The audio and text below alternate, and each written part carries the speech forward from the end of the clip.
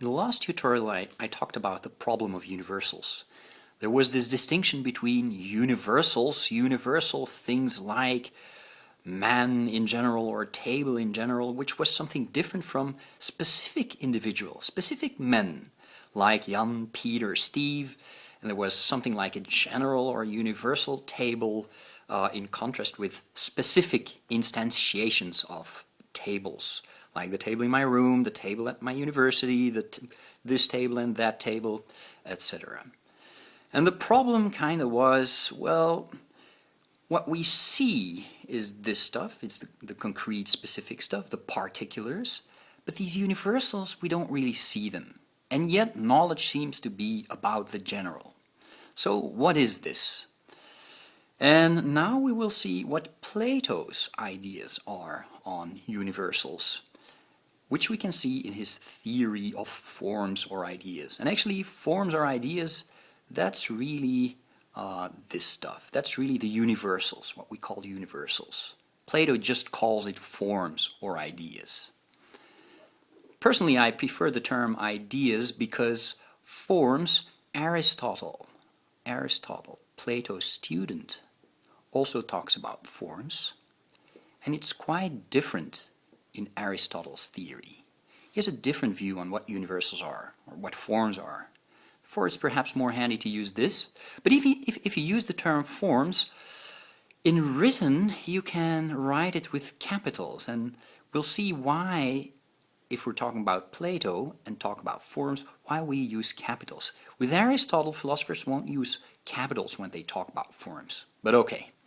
In general, anyway, universals are forms or ideas, and we'll check out what that really means in Plato. Perhaps a little bit of background. So we're talking about 429, 347 BC, that is 5th century, 4th century BC. This is old stuff, but I guess you all realize that Plato is perhaps the most important philosopher in the history of philosophy. So here it really gets started. So, according to Plato, man, in general, it's the idea of man. He distinguishes it from concrete individuals. And last tutorial, I launched a couple of questions with regard to universal. And the first one was, do universals exist? And there, Plato clearly says that they do exist.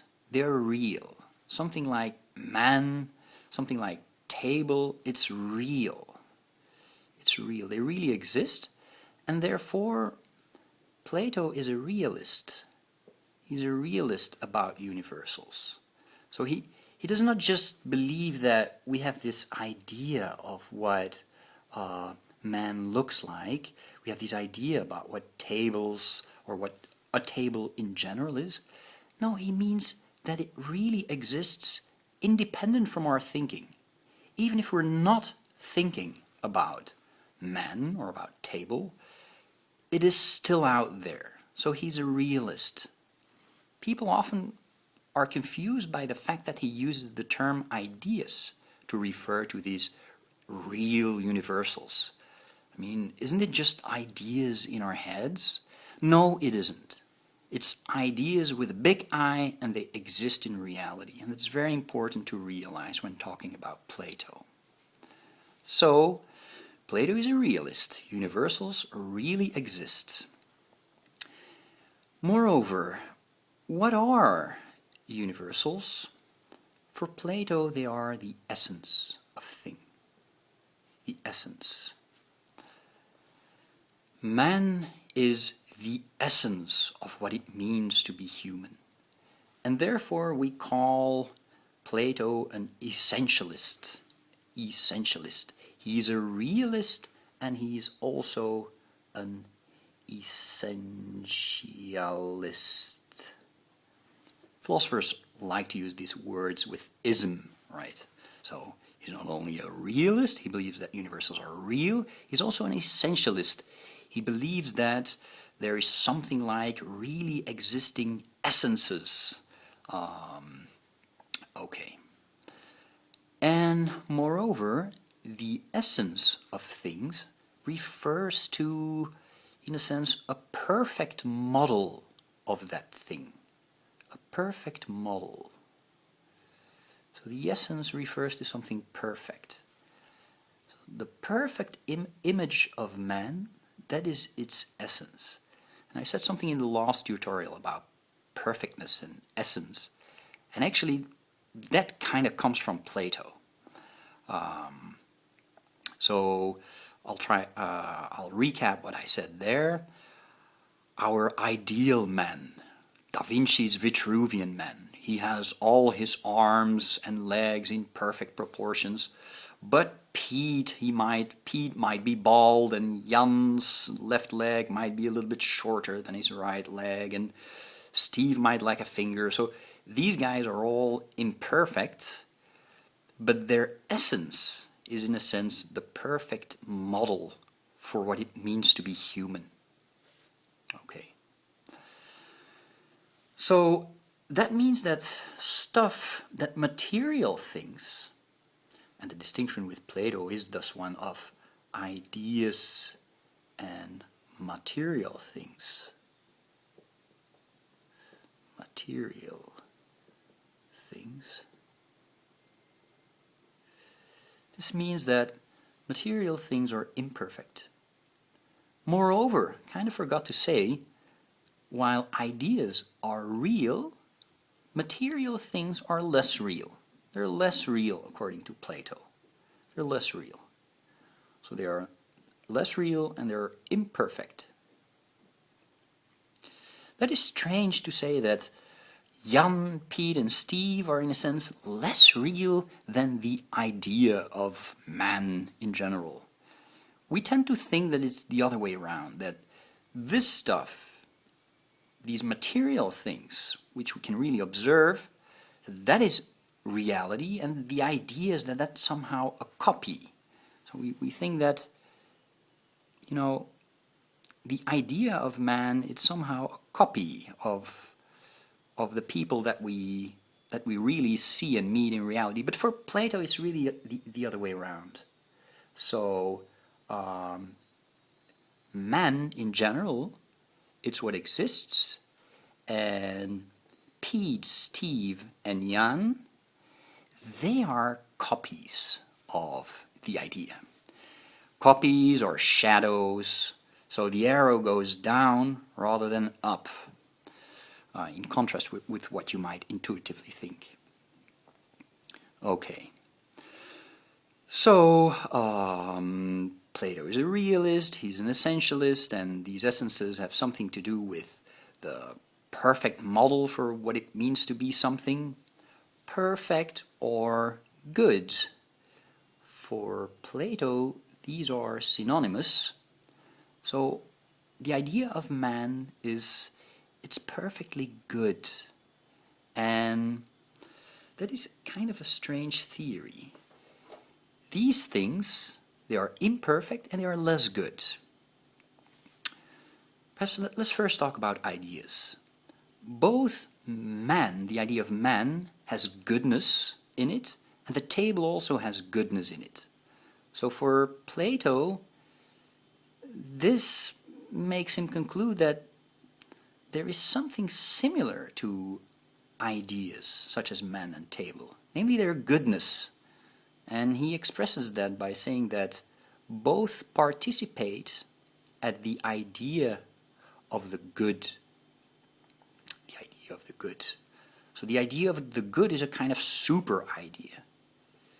It's a kind of super idea to which specific ideas like the idea of table or the idea of man participate.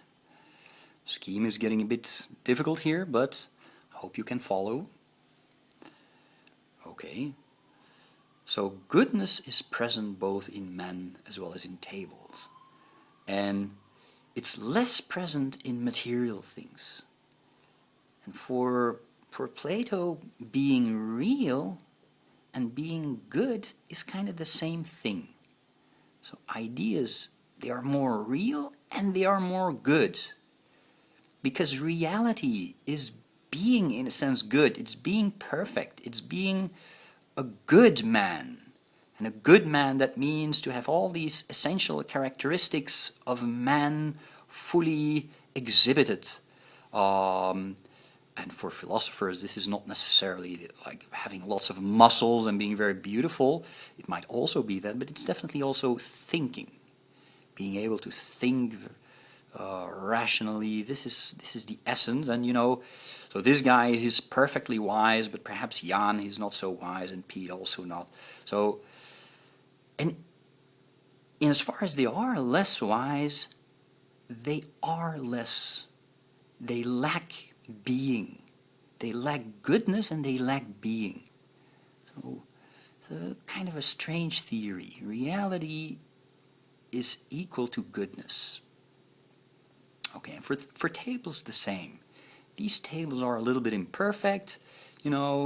They're not fully stable because one leg is a little bit shorter than the other, or the surface is not fully straight, right, and the bottle might drop. They're all imperfect, and in that sense they are a little bit less stable. They are less stable than the idea of table, the perfect idea. So this is full being, full reality. This is a little bit less real. Okay. So,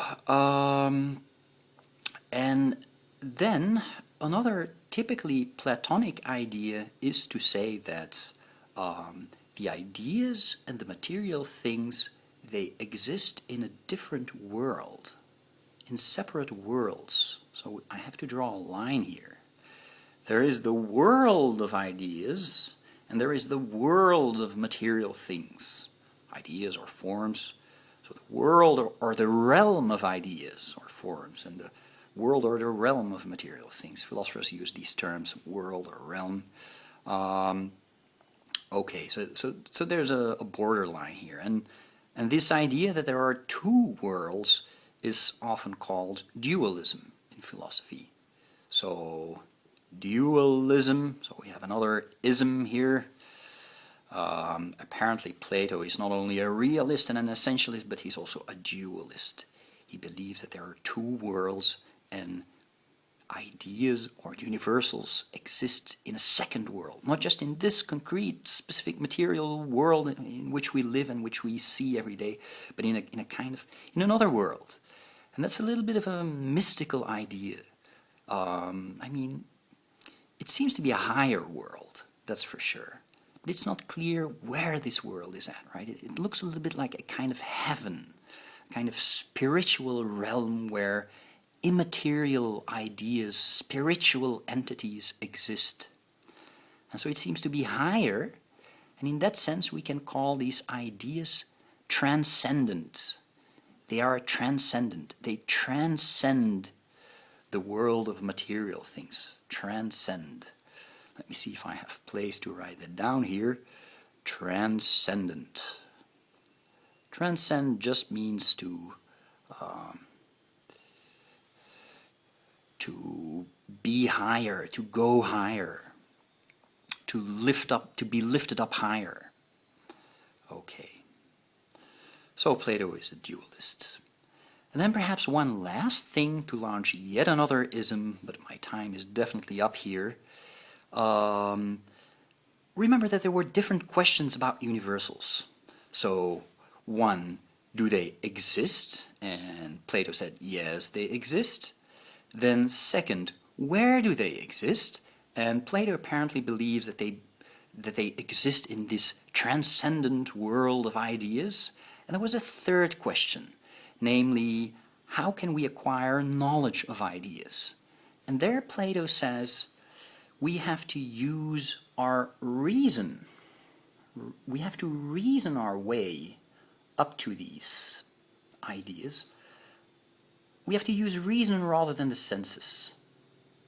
Because with the senses we see the material things in this specific material world, and knowledge is not about that material stuff, right? Remember about the last tutorial. I mean, this stuff is all imperfect, it's all changing, so we can't rely on the senses. We must rely on our reason to try to make the bridge to these eternal ideas. But how that really works will be a topic for the next tutorial or ideas, and we'll check out what that really means in Plato. Perhaps a little bit of background. So we're talking about 429, 347 BC, that is 5th century, 4th century BC. This is old stuff, but I guess you all realize that Plato is perhaps the most important philosopher in the history of philosophy. So here it really gets started. So Aristotle's theory. He has a different view on what universals are, or what forms are. Therefore, it's perhaps more handy to use this. But if you use the term forms, in written you can write it with capitals, and we'll see why, if we're talking about Plato and talk about forms, why we use capitals. With Aristotle, philosophers won't use capitals when they talk about forms. But okay. In general, anyway, universals are forms. In the last tutorial I talked about the problem of universals.